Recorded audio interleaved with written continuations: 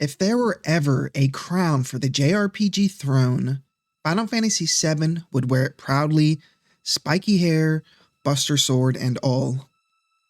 Over 2 decades since its initial drop, this legendary game still casts a long, iconic shadow over the world of role-playing games. So let's take a stroll down memory lane and revisit why Final Fantasy VII isn't just a game, but an era-defining masterpiece that still makes us smile, cry, and occasionally scratch our heads in bewilderment. So yes, the time has come for the king of JRPG retrospectives. Let's get into Final Fantasy VII.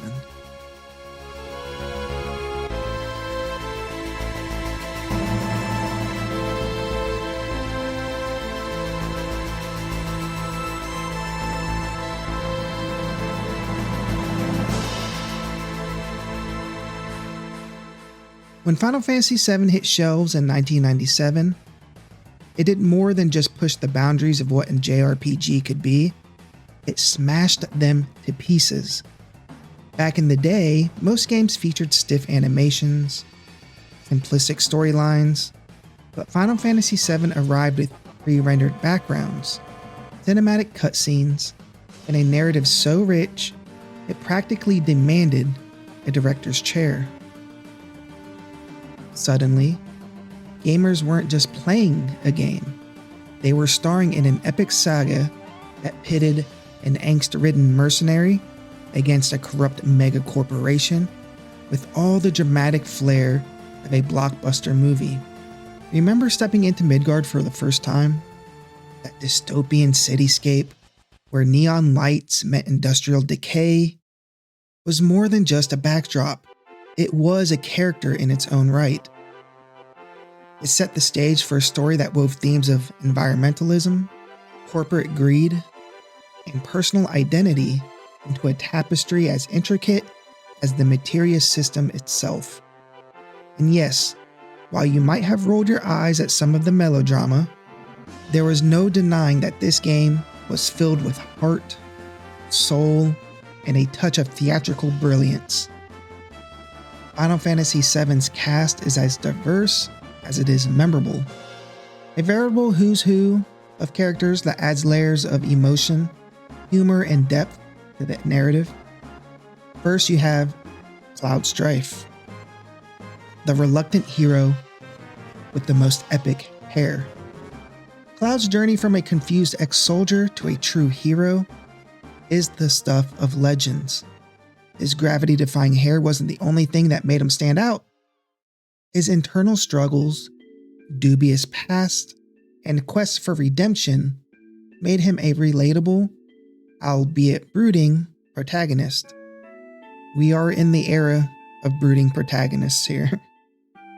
Who among us hasn't felt a little lost at times, even if our only weapon was a hefty sword rather than existential angst?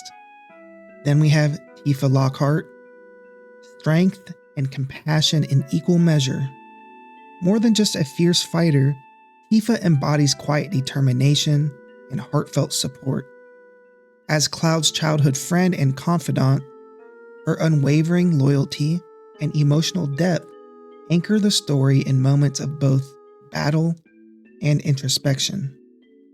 And of course, Aerith Gainsborough, the ephemeral heart of the entire story. Aerith isn't just the girl next door with a mysterious past, she's a beacon of hope in a crumbling world.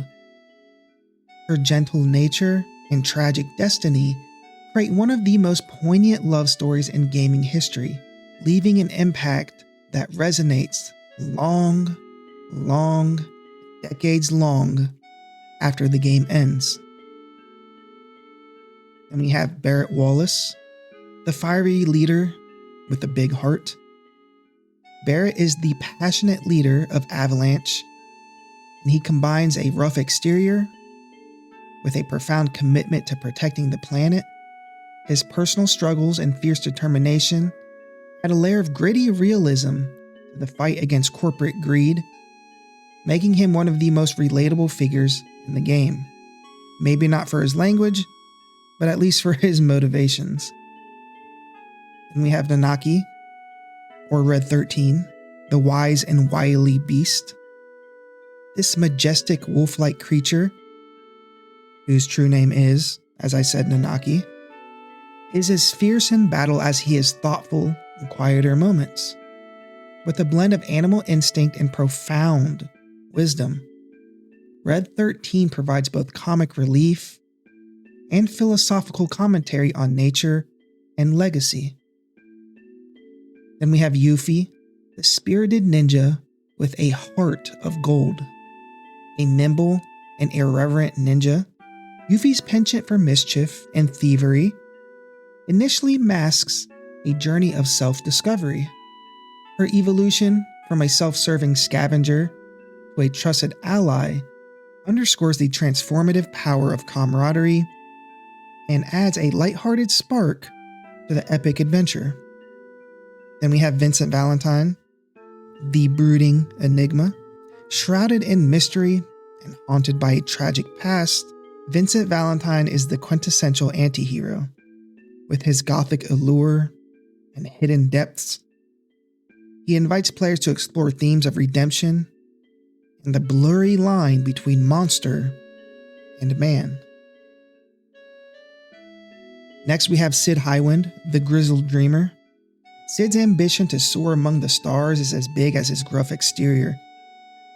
Despite his frequent bouts of exasperation and outspoken nature, his dreams and his dedication to his comrades make him an indispensable and endearing part of the team. Then Kate Sith, probably the most unconventional of allies. Riding atop a giant stuffed toy, Kate Sith might be the oddest member of the party.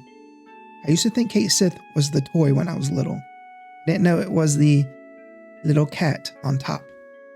But his quirky charm and unexpected insights add a layer of humor and unpredictability.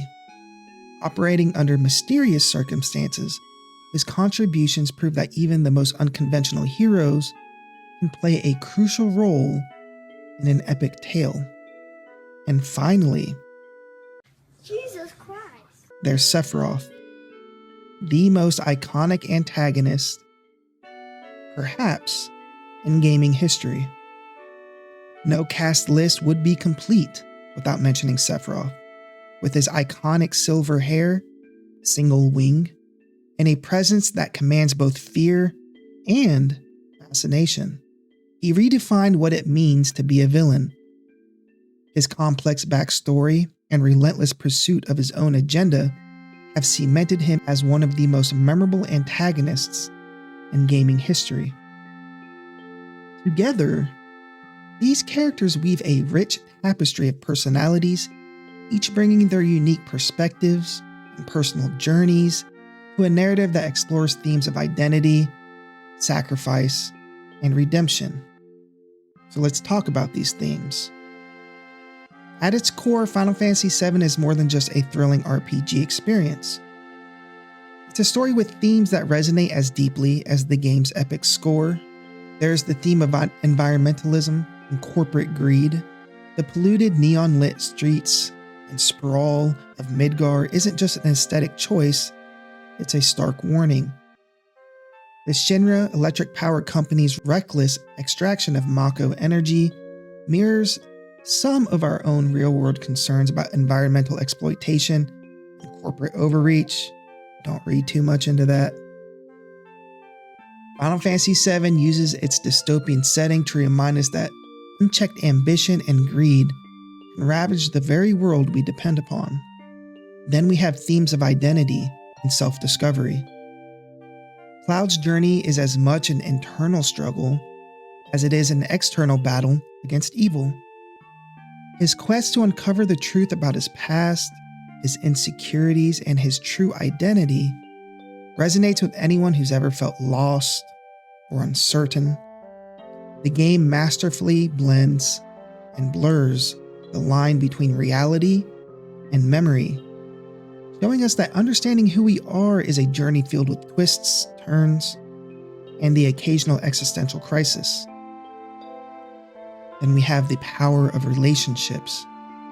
In a world teetering on the edge of collapse, bonds between characters shine as beacons of hope. Whether it's the unyielding support between comrades or the heart-wrenching sacrifices made for love and friendship, Final Fantasy VII underscores that the connections we forge are what truly save us. Aerith's gentle spirit and selfless sacrifice, for example, remind us that even in the darkest times, acts of kindness can spark light. And then we have fate versus free will. Sephiroth's descent into villainy isn't just about raw power. It's a meditation on destiny and the choices we make. The game challenges us to consider whether we're simply pawns in a preordained narrative or active participants with the power to change our fate. Every battle, every decision is a testament to that belief that our actions, however small, can alter the course of history. These themes, woven seamlessly into the fabric of the narrative, elevate FF7 from a mere game into a timeless parable, a reminder that even in a fantastical world, the challenges we face are reflections of our own. Now let's talk about mechanics. The materia system was a stroke of just pure genius. A magical menu that lets you mix and match spells, abilities, and stat boosts like you are concocting the perfect RPG cocktail. Want your character to be a devastating force on the battlefield or a spell-slinging powerhouse? Materia had your back, proving that customization and strategy could go hand in hand with a compelling narrative. And then there were the battles. Sure, turn-based combat might not have the adrenaline-pumping pace of modern real-time brawls, but it offered a deliberate, thoughtful experience. Every boss battle was like a mini chess match, especially the weapons. Plan your moves, unleash your limit breaks, and hope your opponent wasn't secretly packing their own epic combo. Ruby weapon. That's the only thing that comes to mind when I read that. Ruby weapon. Not to mention those jaw-dropping cutscenes that practically made you forget you were playing a video game. For 1997. Before the days of YouTube trailers and cinematic VR, Final Fantasy VII treated us to full motion sequences that were nothing short of revolutionary. It was as if every fight, every conversation, and every plot twist was meticulously crafted for the silver screen. The materia system was nothing short of revolutionary. Think of materia as tiny glowing orbs of power that let you tailor your character's abilities to your exact liking. I think everybody kind of knows what materia is nowadays. Materia can be slotted into weapons and armors, granting spells, stat boosts, unique abilities, and summons. If you want to rain down fireballs, heal your team, or summon a mighty beast, there is a materia for every playstyle. And as you level up, they become stronger, you unlock new spells, bonuses, etc. Experimenting with different materia combinations meant that every battle was strategic and a very personalized affair. Then we have the ATB evolution. Gone were the days of strictly static turn-based systems. 7 brought in a dash of real-time tension with its ATB active time battle system. The ATB gauge, each character's gauge, build at a pace determined by their speed stats. When full, you get to choose an action, whatever it was. This system blended thoughtful strategy with on-the-fly decisions, making each battle feel both deliberate and tension-filled. Now, is this like crazy stuff in 2025? Obviously not, but I'm looking at this through the lens of 1997 when the game was released, and why it was so groundbreaking at the time. And then we have limit breaks.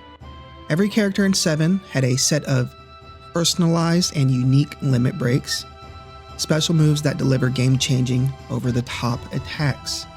As your character takes damage, their limit gauge fills, eventually unlocking these powerful abilities. Whether it's Cloud's iconic Omni Slash or Tifa's rapid-fire combos, Limit Breaks inject moments of cinematic brilliance and can decisively swing the tide of battles. What is your favorite Limit Break in the game? Amid the epic battles and existential musings, FF7 doesn't shy away from exploring the delicate intricacies of the heart. The game's love stories, though sometimes understated and bittersweet, pack an emotional punch that resonates long after the credits roll. Perhaps the most talked about romance in the game, the relationship between Cloud and Aerith blossoms quietly amidst the chaos. Their connection, filled with tender moments, shared vulnerabilities, and unspoken understandings, captures the essence of a love that feels both faded and tragically brief. Aerith's warmth and hope shine through even as the narrative steers towards inevitable loss, leaving players with a lingering sense of what might have been. It's a reminder that sometimes the most impactful relationships are the ones that don't last, yet change us forever. On the flip side, Tifa's love for Cloud is rooted in a deep, long-standing bond. More than just romantic tension, Tifa represents the steadfast, often uncelebrated love that anchors us during life's storms. Her care for Cloud is expressed through the quiet support and moments of genuine connection, a love built on shared memories and mutual understanding. And these love stories aren't just subplots. They're woven into the very fabric of 7's story. They underscore themes of sacrifice, identity, and the impermanence of life, echoing the game's broader messages about the human condition. The emotional stakes of these relationships elevate the entire experience, making moments of joy more radiant and the losses all the more heartbreaking. Now, we'll get into some of the graphics. Yes, the graphics might now evoke a sense of retro nostalgia. Those charmingly pixelated moments and pre-rendered scenes serve as a reminder of gaming's humble yet ambitious past. But let's not kid ourselves. What was once cutting edge is now a cherished relic, beloved snapshot of an era where every shadow and shimmer felt revolutionary. And the music? Nobuo Uematsu's score deserves a standing ovation, again, of its own. From the melancholic strains of Aerith's theme to the heart-pounding energy of battle themes, the soundtrack wasn't just background noise, it was an emotional force that elevated every scene, every moment of triumph, and every moment of tragedy. Final Fantasy VII didn't just win awards, it won hearts around the globe. Upon its release in '97, critics were effusive in their praise, hailed as a groundbreaking achievement in storytelling, visuals, and gameplay. The game's cinematic presentation and innovative mechanics set a new standard for the entire industry. With near-perfect review scores and a slew of accolades from top gaming publications, 7 quickly cemented its place in video game history. Fans too embraced the game with unparalleled passion. Its complex characters, emotionally charged narratives, and unforgettable musical score forged a dedicated fan base that still celebrates the game decades later. Look what I'm doing. Through fan art, videos, cosplays, forums, and spirited debates. The commercial success is equally impressive. Final Fantasy VII sold over 10 million copies worldwide, marking it as one of the best-selling games of its era and a true benchmark for the JRPG genre. 7 wasn't just a game, it was a cultural phenomenon in the truest sense.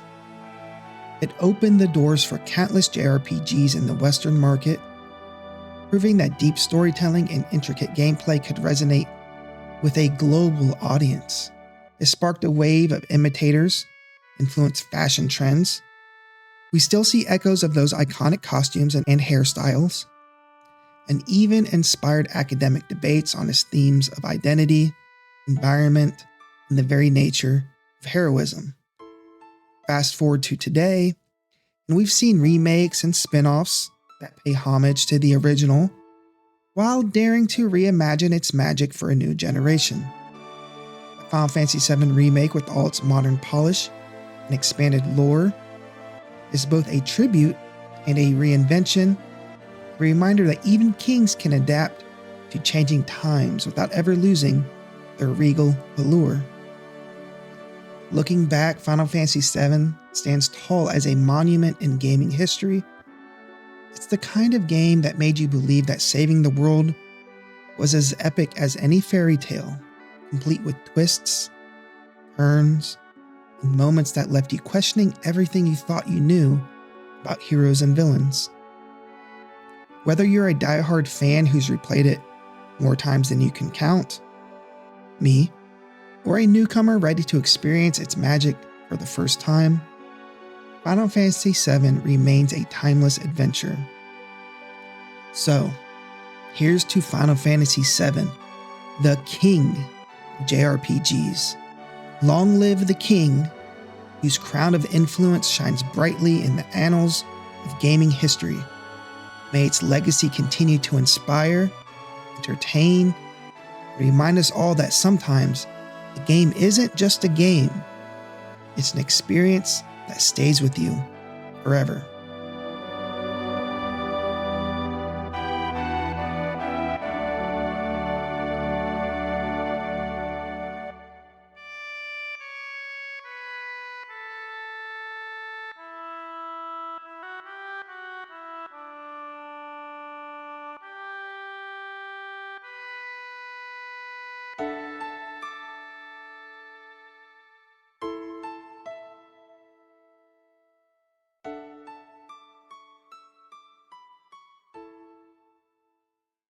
All right. Thank you all for watching. Don't forget to like and subscribe. It's much appreciated. And I hope you enjoyed the Final Fantasy VII Retrospective. It might not be my favorite Final Fantasy game, but real recognizes real, and you have to put it at the top. I'm a Steelers fan, and even I have to admit Tom Brady is the GOAT. And while Final Fantasy IX is my favorite, I have to admit that Final Fantasy VII is the GOAT Final Fantasy. Now, do you feel that way? Let me know in the comments. I feel like it's almost like a little bit of Final Fantasy VII fatigue. And if you're new to the series or the franchise or just this particular game, Final Fantasy VII actually, it could be kind of its own like mini franchise right now. I would suggest playing the OG version first, and then you can kind of explore everything else. You got everything from like Dirge of Cerberus to the Final Fantasy VII Rebirth and Remake. But please just do yourself a favor and play the original game. It's classic. It doesn't get any better than that. Anyways, thank you all again for watching.